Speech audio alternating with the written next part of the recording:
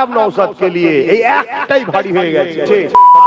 একটা দিয়েছে তো কি হয়েছে, 293টার উপরে একটাই ভারী হয়ে গেছে। জামা রক্তাক্ত হচ্ছে, দেখেন না তার জামাই নবী বংশের আওলাদের খুন তার জামাতে ঝলছে, দেখেন কিছু নেই। আপনার পীরের আওলাদ, দাদা পীরের আওলাদরা বেঁচে আছে, একটু মনে রাখবেন, এটুকু বিশ্বাস রাখেন। আর ইনশাআল্লাহ অন্য কারো দায়িত্ব যদি নাও নেই, আমি আব্বাস সিদ্দিকী আমার দায়িত্ব নিয়ে বলছি, আমি আছি আপনাদের জন্য। কথা বুঝে আসছে? আমি আছি। আর নাহাই কি দরকার ছিল আমার ছোট ভাইটাকে ওইদিকে নামাবা, যেখানে নেবে দিন রাত তার উপরে জুলুম হচ্ছে, দিন রাত গাল খেতে হচ্ছে, জামা রক্তাক্ত হচ্ছে, দেখেন না তার জামাই নবী বংশের আওলাদের খুন তার জামাতে ঝলছে, দেখেন না।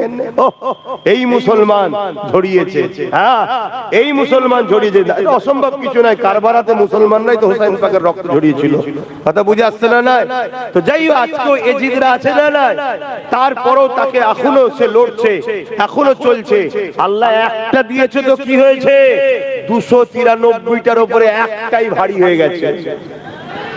এমনকি আমার রাজ্যের সিএম তারও মাথা খারাপ নওশাদকে নিয়ে, আমার দেশের পিএম তারও মাথা খারাপ নওশাদকে নিয়ে, এই একটাই ভারী হয়ে গেছে।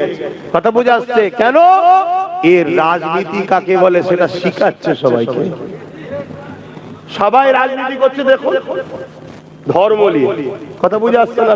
কে মন্দির বানাচ্ছে এখানে দীঘায়, কে ওখানে বানাচ্ছে, কে মেম্বারে উঠে গীতা পাঠ করছে, কে নারায়ণ পাঠ করছে, কে ঘুমটা দিয়ে ইফতারে চলে যাচ্ছে, কে আবার গুহার মধ্যে ঢুকে ফটো তুলছে। দেখছেন না? সব ধর্ম। নওশাদের মুখে কোনোদিন শুনেছেন সর্বধর্মের লোককে নিয়ে এটা উচিত?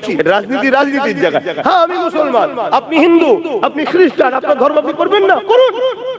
কিন্তু এখানে যখন আমি বসবো, আমি জনগণের প্রতিনিধি, আমার কাছে হিন্দু নয়, আমার কাছে মুসলমান নয়, আমার কাছে জনগণের সেবা করতে হবে, সবাইকে সমান নজরে দেখবো।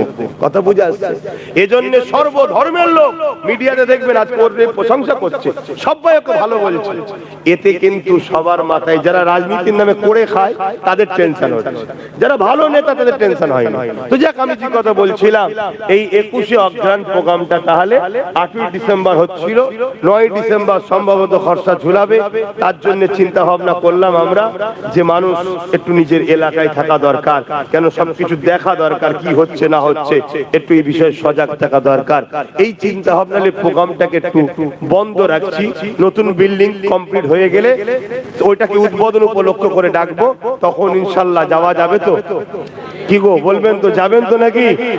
এবং তার পাশাপাশি আরো একটা তো জায়গায় যেতে হবে, মনে আছে কোথায়? এটা আওয়াজ দিয়ে বলুন, কোথায়? টার্গেট আছে? হাত তুলে দেখান, লক্ষ্য আছে? কোথায় কোথায়? কাজ চলছে, কথাবার্তা চলছে, কাগজপত্রের কাজ চলছে, ওটাও একটা মাথায় আছে। কথা বুঝে আসছে? তো সেই জায়গাতে আপনারা সব মিলেমিশে থাকবেন। এখন আসুন তওবা করি। বিসমিল্লাহির রহমানির রহিম।